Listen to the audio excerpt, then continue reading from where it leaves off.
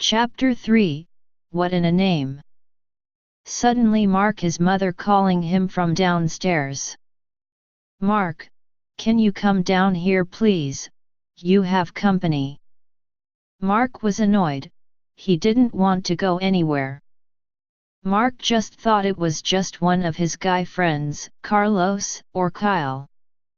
Just send them up Mom, you don't need to keep me in suspense, Mark yelled back.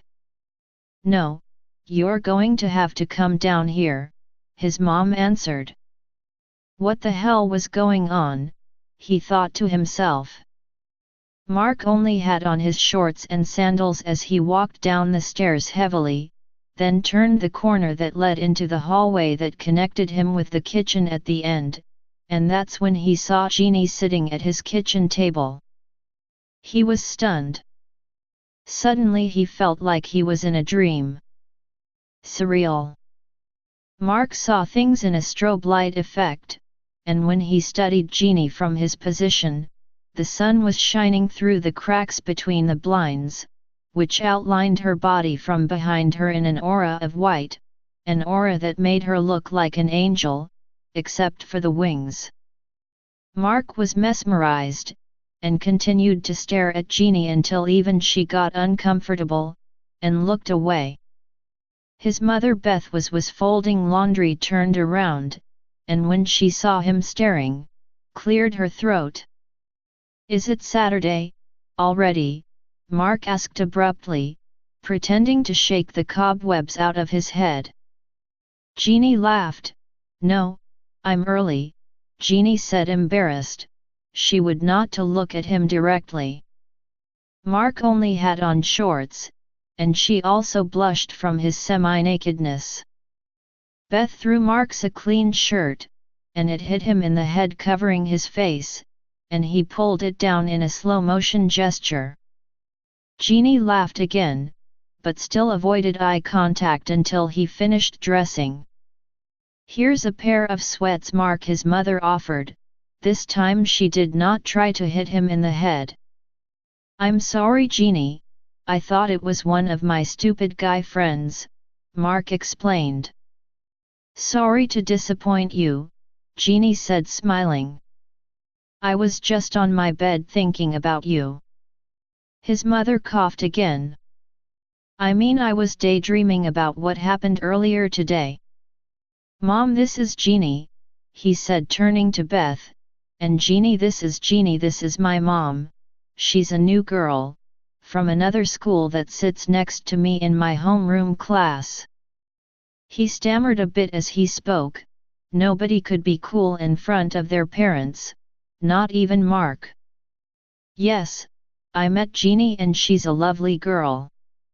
I'm going downstairs to finish the laundry, why don't you take her out, and show her around? Maybe introduce her to some of your friends, Beth said. Great idea, Mom, Mark agreed. When his mom was out of earshot, Mark told Jeannie that he really was daydreaming about her, and then he asked her, Am I still? Jeannie laughed. No, I'm real, she said. You seem to have that effect on me, Mark said. What were you daydreaming this time? Jeannie asked. What I was going to say to you on Saturday, he said. Oh, Jeannie replied, but she sounded like she didn't believe him. How did you find me? Mark asked. By accident, I discovered I only live a few houses up from you. I was walking to the store when I saw your last name on the mailbox. I took a chance to see if you were the same Winters, from my class, Jeannie said, and here I am. Wow, that was really brave of you, Mark said, impressed. Not brave, desperate, I needed to get out of the house, but I didn't want to go to the store alone either. So when I saw the name Winters, I rolled the dice. Would you like to come with? Jeannie asked a little sultry. Indeed, I would, Mark replied. Mark got so caught up in the moment that he was rushing her out the door before Jeannie had a chance to stop him. "Hey, wait, Mark! Tell your mom we're leaving and when you'll be back," Jeannie said. Mark ran back through the door, and yelled down the stairs to his mom, "Mom, I'm going to the store, do you want anything?" he asked. "No, but you better not ruin your appetite. Dinner will be ready in half hour and Jeannie can stay if she wants," his mother offered. "Okay, I'll tell her." Mark grabbed his large denim jacket with deep pockets, and ran back out to Jeannie. "What were you going to buy at the store?" he asked. "I don't know, I have a craving for ice cream," Jeannie said. "What flavor?" Mark asked. "Vanilla," Jeannie answered. "Good call," Mark said, "but I have to have mine dipped in sprinkles," he said. "Strawberry?" Jeannie asked. "Yeah." Mark looked at her a little dumbfounded. "They're my favorite," he said. "Mine too," Jeannie agreed. "We even have ice cream in our freezer, but I have to sprinkles, otherwise I won't eat it." "Wow," Mark thought to himself, "that's how I eat mine." As we were walking, Mark started telling Jeannie some of the more popular gossip that was circulating around town. "They want to make this subdivision a gated community," Mark told her. "Why?" Jeannie asked. "Because of my father, if you can believe that. Last year he came home early from work, to discovered 4 or 5 inner-city kids had broken into our yard and swimming in the pool," Mark told her. "You have a pool?" Jeannie asked. "Yeah, hey, why don't you come over tomorrow and we can go swimming?" Mark asked without missing a beat. Jeannie laughed. "Well, finish telling me your story first," she said. "My dad caught these black kids swimming in our pool, and he came running out the house with his rifle," Mark said. "What happened?" she asked. "He called the cops first, then ran outside, while they were still in the pool. They tried to run, but he fired his shotgun in the air before they had a chance to jump the fence." "So, they got arrested?" Jeannie asked. "Yeah, he and Mayor are actually golfing buddies," Mark said. "What does your father do?" Jeannie asked. "He's an attorney, a prosecuting attorney, who works for the city, which translates into making sure blacks and other minorities stay out of New Baltimore Heights." "He sounds just like my dad," Jeannie said. "I'm not like that though," Mark added as an afterthought. "Were you actually there when it happened?" Jeannie asked. "No, I was at school, thank God, but I heard all about it over dinner. There was even a write-up about it in the paper. He made the front page of our local rag. And the city even gave him a metal plaque and it hangs above the fireplace in our drawing room. Don't worry, he'll show it to you too personally." "Very impressive," she said. "He bought several copies of the newspaper with him on the front page, and had it professionally reprinted, matted, and framed. One he has in his office, and the other hangs above the plaque." "So, your family is famous?" she asked. "Infamous," Mark corrected. "The next day everybody in school asked me what happened, but I told them I didn't know any more than they did, because I was at school with them when it all went down." "What happened after that?" Jeannie asked. "I think he got a promotion," Mark said. Jeannie rolled her eyes. "No, I mean to the kids after they were arrested." "I have no idea, I never heard about them again. My dad wanted to prosecute them himself, but the city wouldn't allow it. So, they never came back for another swim. No, they were just a bunch of high school kids, skipping class and looking for something to do. When rich kids go to poor neighborhoods they call it slumming. I don't know what they call it when poor kids go to rich neighborhoods, Mark said. Trouble, Jeannie replied. Exactly, Mark agreed. Do you think your dad would have actually shot at them if they kept running? Jeannie asked. I doubt it, but I think they thought he would have, Mark replied.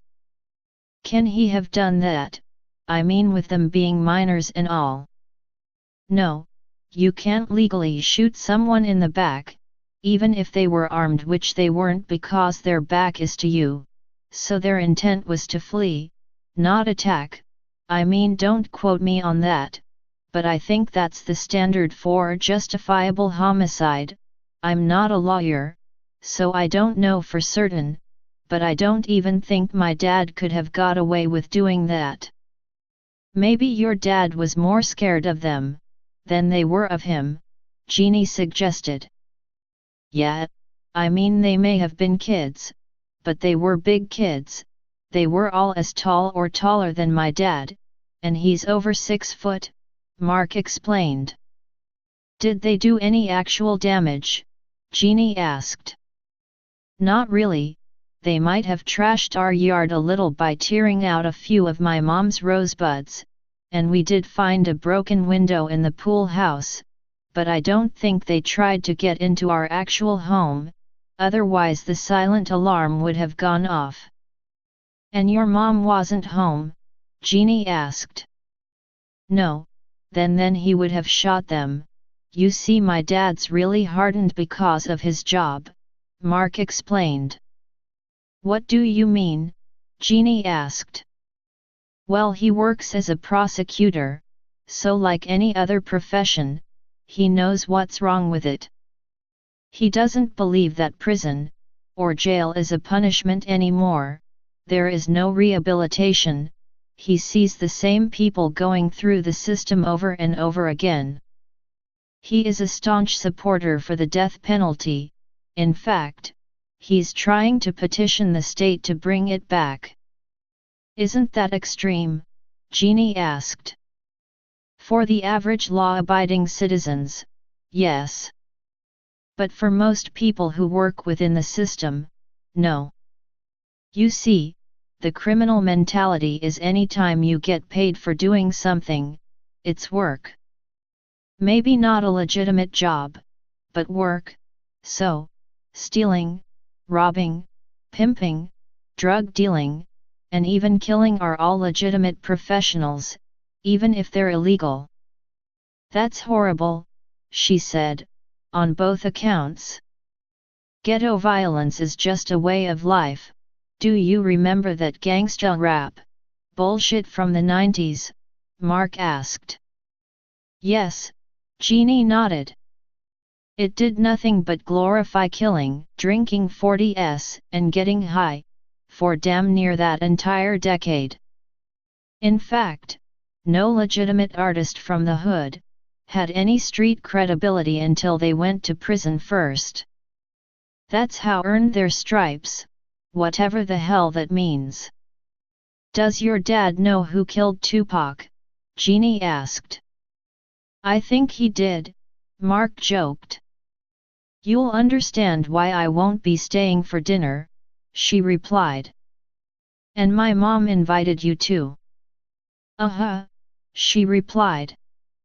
See, prison is like a Finnish school for thugs, not punishment, so the death penalty is the only real punishment, but there is no rehabilitation, not in prison or when they get out. I guess it would be frustrating to see the same people being prosecuted again and again, Jeannie considered. You want to hear something crazy? Mark asked. I don't know, she replied. One of the kids even left his undergarments in our pool, Mark said. Ew, Jeannie replied. Yeah, The idiot was naked the entire time he was in the pool and my father wouldn't let him get dressed until the police came, and then the police wouldn't let him get dressed until the police arrived, and when they did they threw a blanket over him instead. Sounds like a lot of drama, Jeannie shook her head. But what are the odds? I mean, of all houses it had to the one owned by the prosecuting attorneys. Mark shook his head. Why didn't they just swim in the lake? Isn't it right down the road? She asked. I guess they preferred our pool, Mark answered. Whatever happened to the undergarments? Jeannie asked. I'm wearing them right now, Mark said. You wanna see? He said, pulling up his shorts so she could see his Joe boxers. Ew, Jeannie replied. Well, my mom wanted to mail them back to the owner, after she washed them of course, but it's not like he wrote his name and address on the inside tag. Jeannie laughed, and when she did, her entire face lit up. Her beauty was stunning. Mark was glad that he could make her laugh. That was so nice of your mom to think of them, I mean considering the circumstances, Jeannie said. Yeah, but in the end, the undergarments were confiscated by the police, so they could be used as evidence to prosecute him. I would have been horrified, if they had been my undergarments, Jeannie said. You don't like Joe boxers? Mark asked. I would have denied they were mine, no matter what brand they were, she said. What about the police catching you on the premises? I would never have taken them off in the first place, or swam in a pool that I wasn't invited to. Wow, what a goody two-shoes, maybe you should be a lawyer, Mark complimented. Ew, Jeannie said. Mark laughed. I'm just glad your mom wasn't there, Jeannie said. Yeah, me too. My dad would have shot them on the spot, but my mom alone would have baked them all cookies, even if they had raped her, Mark joked inappropriately. Mark, that's not funny, Jeannie said, and then she shivered, her nipples became erect from the cold breeze, and she crossed her arms for warmth, and then she sneezed. You have allergies? He asked. Yeah, they're horrible this time of year. Here Mark took off his jacket and held it open for her. Thank you, Mark, Jeannie said smiling, as she put her arms through the sleeves. Mark inspected her massive cleavage over her shoulders. No, thank you, Jeannie, Mark thought to himself. Suddenly a large wasp appeared out of nowhere and it circled Jeannie twice but avoided Mark, who was waving it away. Jeannie dropped down right in front of him and put her hands over her head, for protection. She was kneeling in front of him and she looked like she was in position to give him oral, despite the fact that her head was nowhere near his sex, nor was that her intention. But her posture made Mark hard. It was a little-known fact that flying insects are more attracted to redheads more so than any other hair color. Seems like you made a new friend, Mark said. Jeannie would not get up. She was terrified of bees and wasps. Mark noticed her distress. Are you allergic to bees? He asked. I don't know, Jeannie said fearfully. I've never been stung before. Is it gone? She asked fearfully. The bee flew away and disappeared just as suddenly as it had appeared. Yes, he's gone, Mark said, offering his hand to help her up. Thank you, sir, she said, accepting his hand. I'm just an old-fashioned guy who knows how to treat a woman, like a lady, Mark returned. Well, I'm a modern woman, who can still appreciate the manners of a gentleman, Jeannie replied. Jeannie primed and adjusted her long red hair, which cascaded over her shoulders and flowed down the back of Mark's Levi jacket. Mark was reminded of that old song by the Police, "Every Little Thing She Does Is Magic." That song was popular when his parents were teenagers, but he still heard it on the radio every once in a while. The lead singer Sting could have written that song for Jeannie.